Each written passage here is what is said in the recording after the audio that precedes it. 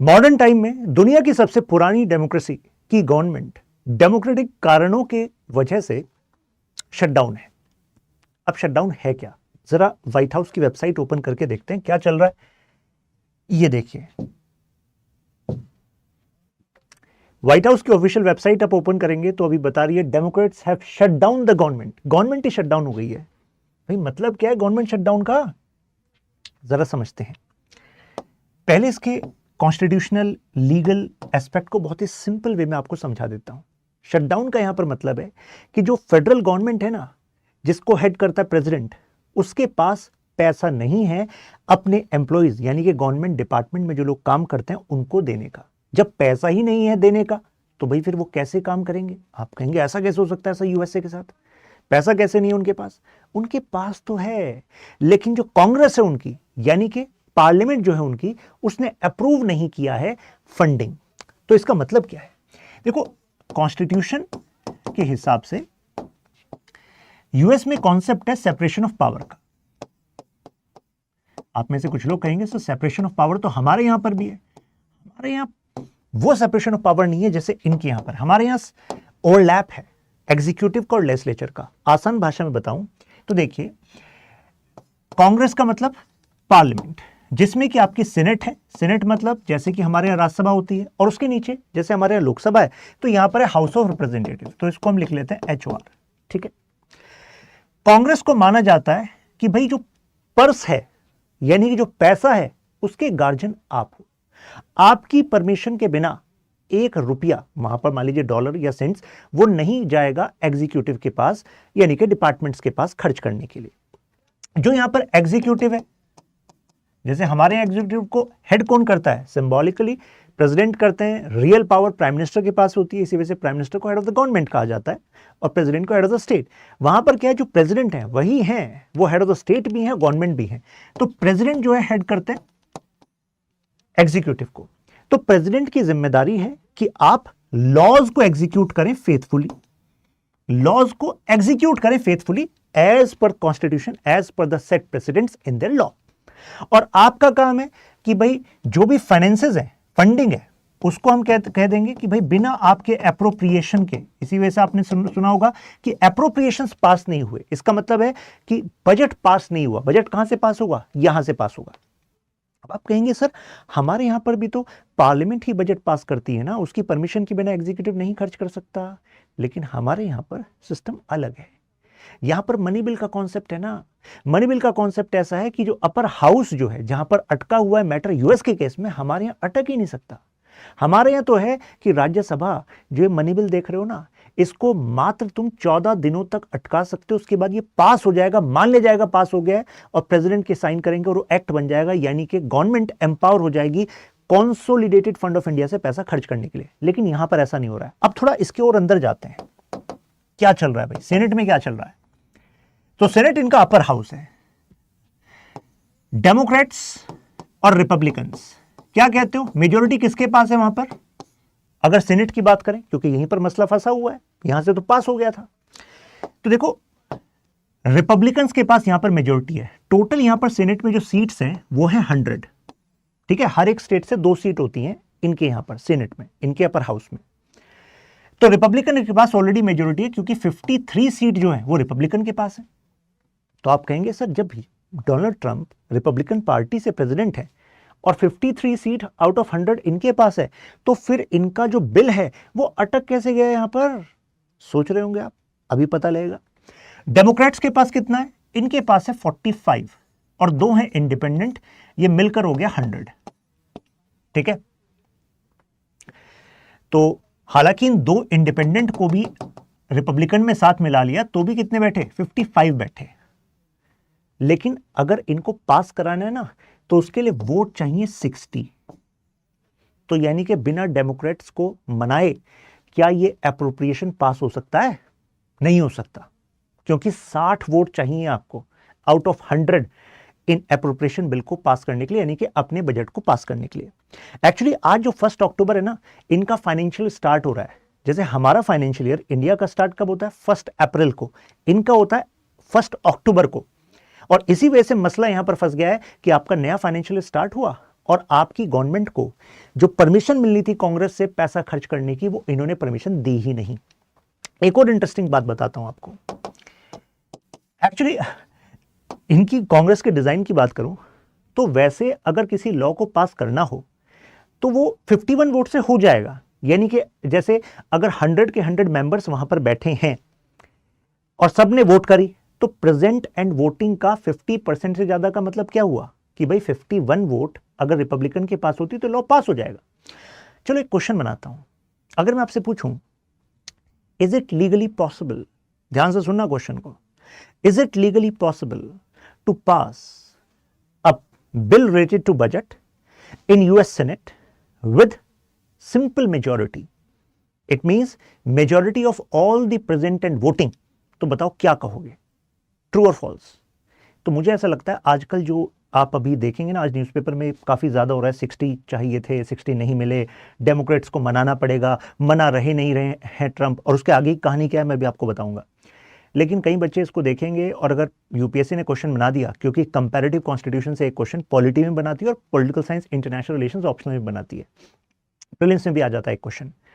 तो देखो आपको बताऊं, वैसे इनके यहां पर 51 वोट से काम हो जाएगा, ये बिल पास हो जाएगा, कोई दिक्कत नहीं है। तो फिर आप कहेंगे फिर मसला क्या है सर ये 60 का?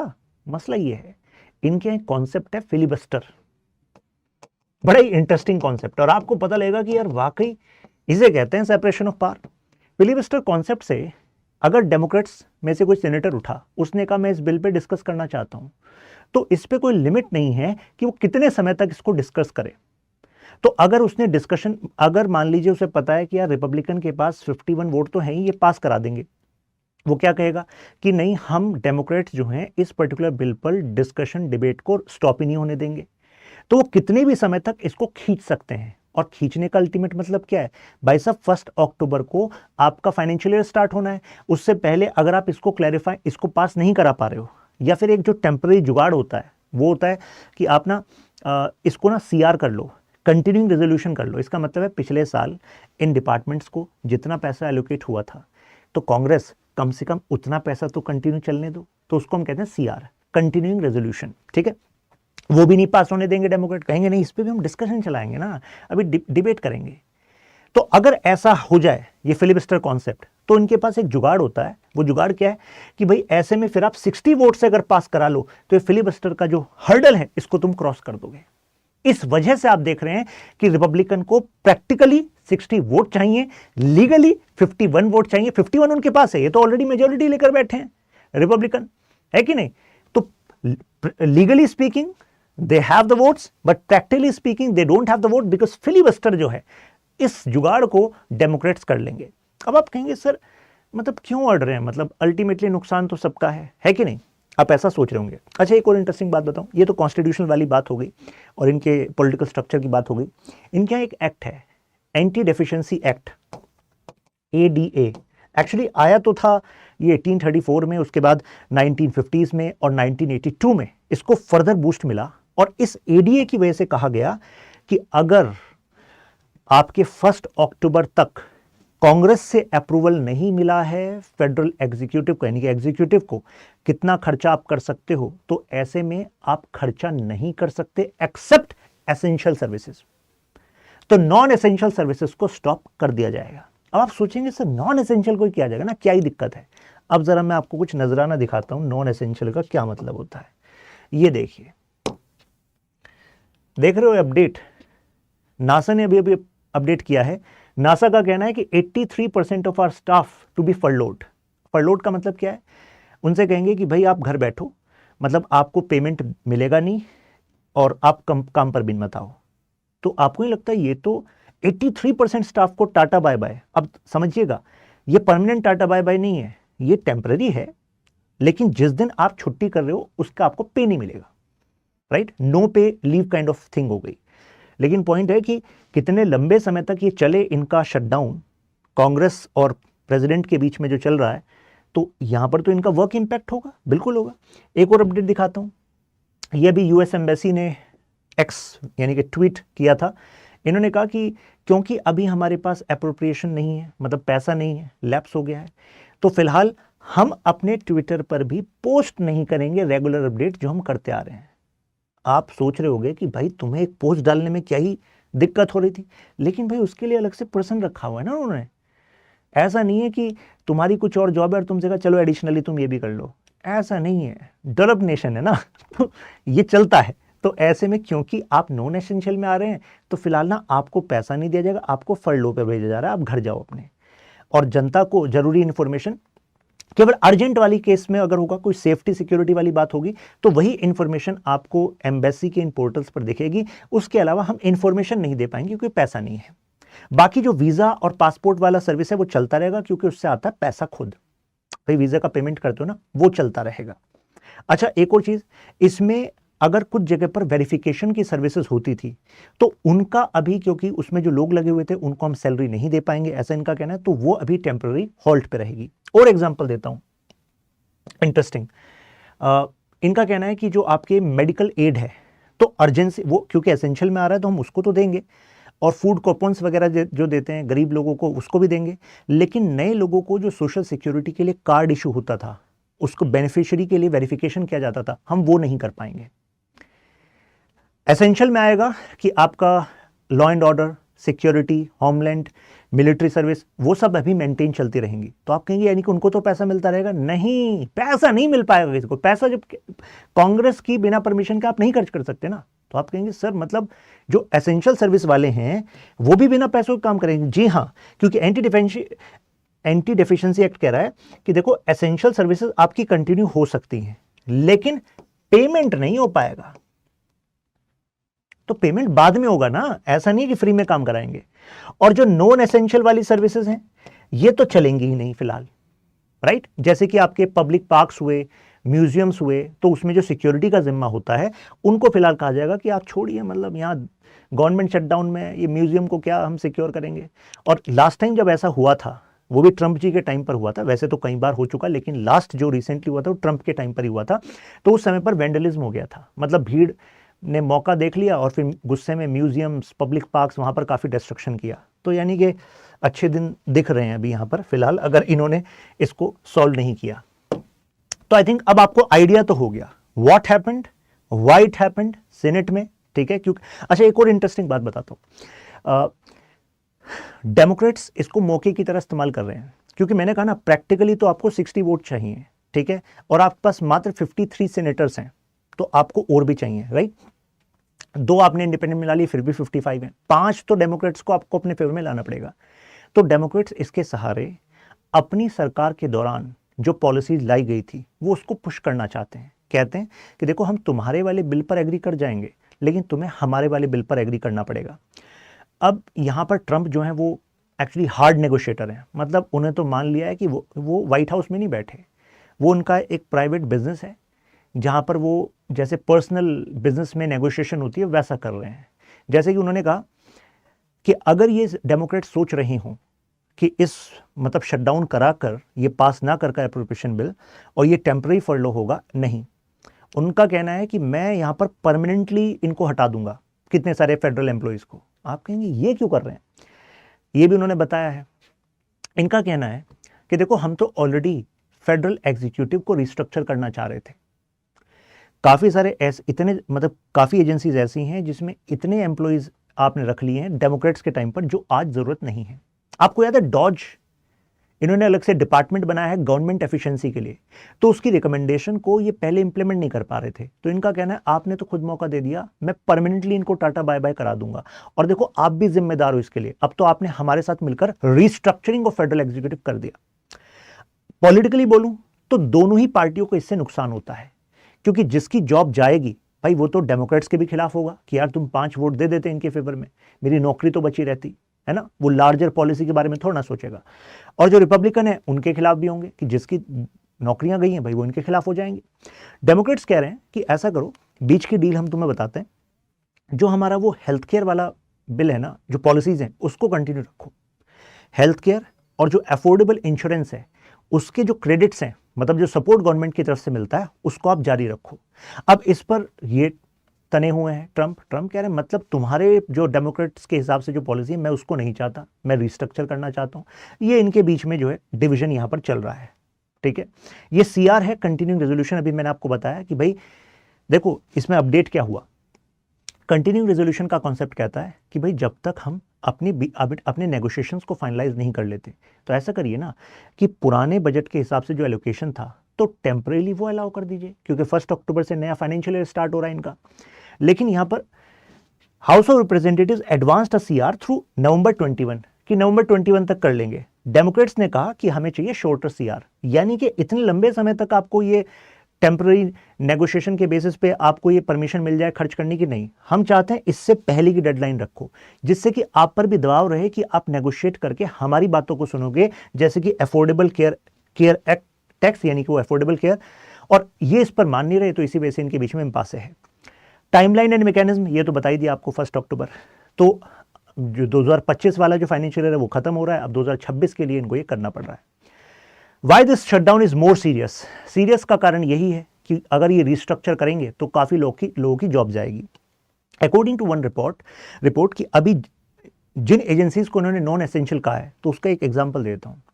उसमें हेल्थ रिसर्च में लगे हुए इंस्टीट्यूट्स भी हैं, जिनके पास ट्रायल्स के लिए, मतलब ट्रायल कंडक्ट उन्हें करना पड़ता है, उसके लिए खर्चा करना पड़ता है, तो अभी फिलहाल उनको स्टॉप किया जा रहा है। तो इसका मतलब है कि कई ऐसे पेशेंट्स हैं जिनके पास वो मेडिसिन पहुंच सकती थी अगर ये ट्रायल फाइनलाइज हो जाता, लेकिन वो हॉल्ट हो जाएगा। ऐसी आपकी रिसर्च लेबोरेटरीज हैं, वो आपका स्पेस बता दिया आपको। ऐसी कई एजुकेशन रिसर्च के इंस्टीट्यूट्स हैं वो, तो इनको तो इन्होंने नॉन एसेंशियल में मान रखा है, तो अल्टीमेटली ये नेगेटिव इंपैक्ट होगा। इमीडिएट सर्विस इंपैक्ट यहां पर देखिए डिटेल में आपको मिल रहा है। Non essential workers include education, देख रहे हैं, एजुकेशन नॉन एसेंशियल, क्योंकि एसेंशियल में आपको बताया law and order, security, court, ये सब चलती रहेंगी विदाउट पे। इनको पूरा पेमेंट मिलेगा इस टाइम का, जैसे ये जो शटडाउन है ये हटता है, यानी कि फाइनली वो 60 वोट आ जाते हैं, उसके लिए चाहिए डेमोक्रेट रिपब्लिकन में नेगोशिएशन, वो नेगोशिएशन फाइनलाइज हो जाती है, एग्रीमेंट हो जाता है। Research regulatory agencies face unpaid furloughs कि तुम जाओ और तुम्हें पेमेंट नहीं मिलेगा फिलहाल। और अभी फेडरल गवर्नमेंट ने ये क्लियर भी कर दिया है कि देखो जो अनपेड फरलॉस पर जाएंगे, अब वो कहने लगे कि देखो हमें ना सोशल सिक्योरिटी के नाम पर हमें कुछ अलग से हेल्प कर दो, नहीं कर सकती फेडरल गवर्नमेंट, ये भी क्लियर कर दिया है। Student loan processing, food inspection, operation of national park, ये सब फिलहाल नहीं हो रहा है, राइट। रिसर्च इंस्टीट्यूशन पे इंपैक्ट आएगा, फूड एंड ड्रग एडमिनिस्ट्रेशन पे इंपैक्ट आएगा, ड्रग अप्रूवल्स में डिले होगा, पोटेंशियली स्लो हो जाएगी इनोवेशन कुछ टाइम के लिए, और जो पेशेंट्स इंतजार में हैं कुछ ट्रीटमेंट के, उनको होल्ड लग सकता है, ठीक है। एसेंशियल केयर वो सब तो हेल्थ केयर चलती रहेगी, बट ओवरऑल क्योंकि जो एडिशनल सर्विसेज हैं वहां पर इंपैक्ट होगा, तो इन पर भी इंपैक्ट होगा। फेडरल वर्कफोर्स जिस पर इंपैक्ट हो सकता है, 7.5 लाख से 9 लाख एम्प्लॉइज हैं, सोचिए जिन पर इंपैक्ट होगा। देयर वाज अनदर रिपोर्ट जो कह रही थी कि जो आपने अनपेड फरलॉस किए हैं, इसकी वजह से जो काम रुकेगा और इकोनॉमी पर नेगेटिव इंपैक्ट होगा, वो 0.1 to 0.2, one report is saying 0.1 to 0.2, ऐसा कुछ बेसिस पॉइंट नेगेटिव इंपैक्ट हो सकता है टोटल ग्रोथ पर, ठीक है।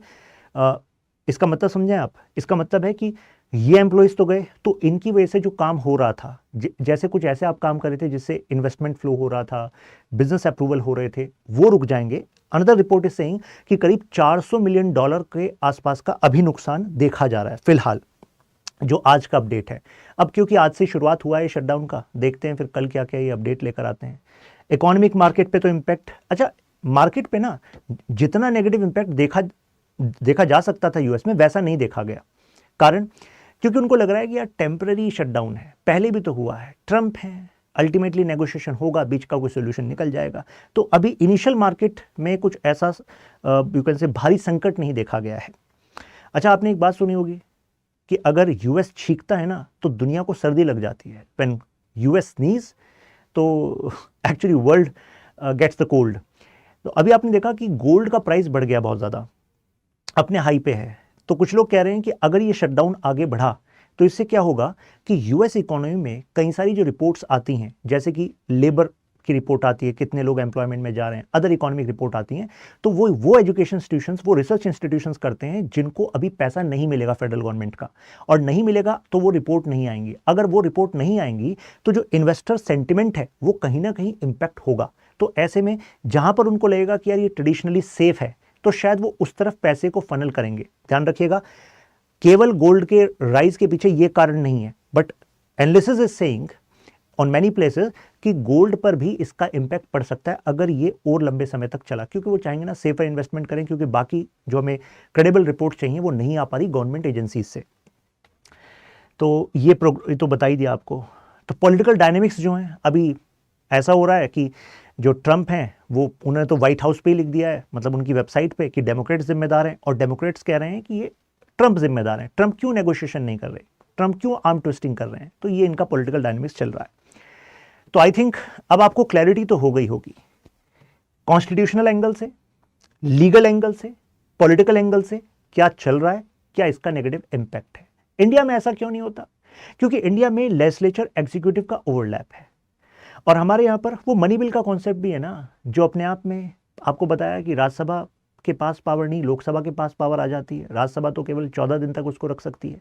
ऐसा कॉन्सेप्ट इनके यहाँ नहीं है, क्योंकि इनके यहाँ क्लियर सेपरेशन ऑफ पावर का प्रिंसिपल है, राइट। तो क्या लगता है आपको, विच प्रिंसिपल इज बेटर, उनके वाला कि हमारे वाला? मैं आपको बता दूं, जो बिल्कुल एकदम से कह रहे हैं नहीं सर हमारे वाला, तो जरा आप ये भी पढ़िएगा कि कैसे मनी बिल और कट मोशंस का जो कॉन्सेप्ट मैं आपको इंडियन पॉलिटी में पढ़ाता हूं, कैसे उनके मिसयूज के भी एलिगेशंस लगते हैं। इसी वजह से यहां पर जो फिलिबस्टर का कॉन्सेप्ट है और क्लियर कट सेपरेशन का कॉन्सेप्ट है, ये एग्जीक्यूटिव पर एक चेक रखता है, ज्यादा चेक रखता है, जबकि इंडिया के कॉन्सेप्ट में कहा जाता है कि इंडिया में ना एग्जीक्यूटिव और आर्किंग स्ट्रक्चर की तरह काम करने लगता है। मतलब अगर किसी पार्टी के पास एब्सोल्यूट मेजोरिटी आ जाए तो पार्लियामेंट और बाकी इंस्टीट्यूशंस पर अपना ज्यादा प्रभाव रख सकती है। ऐसा प्रभाव वो यहां इनके लिए रखना थोड़ा मुश्किल है, क्योंकि यहां पर अलग से इनका चेक चाहिए। उनके यहां गवर्नमेंट इस वजह से नहीं बन रही कि आपके पास मेजोरिटी आ गई सीनेट में या हाउस ऑफ रिप्रेजेंटेटिव में, लेकिन हमारे यहां पर इस वजह से बन रही है क्योंकि लोकसभा में आपके पास एब्सोल्यूट मेजोरिटी आई है। क्लियर हुआ आपको? चलिए, ग्रेट।